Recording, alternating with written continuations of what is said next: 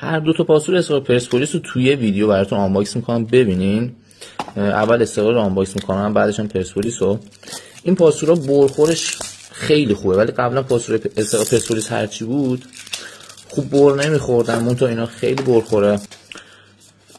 و خب یه کارت گف داره، این تره پشت کارته. خب همینطور که میبینید روی عکس اسطوره‌های فوتبال استقلال هستش، مثلا فرهاد مجیدی و حالا بی‌بی‌هاش هم که به این شکل طراحی شده و یه کار خب خاصیه که میبینید. این تره پشت کارتا، اینم برخورش.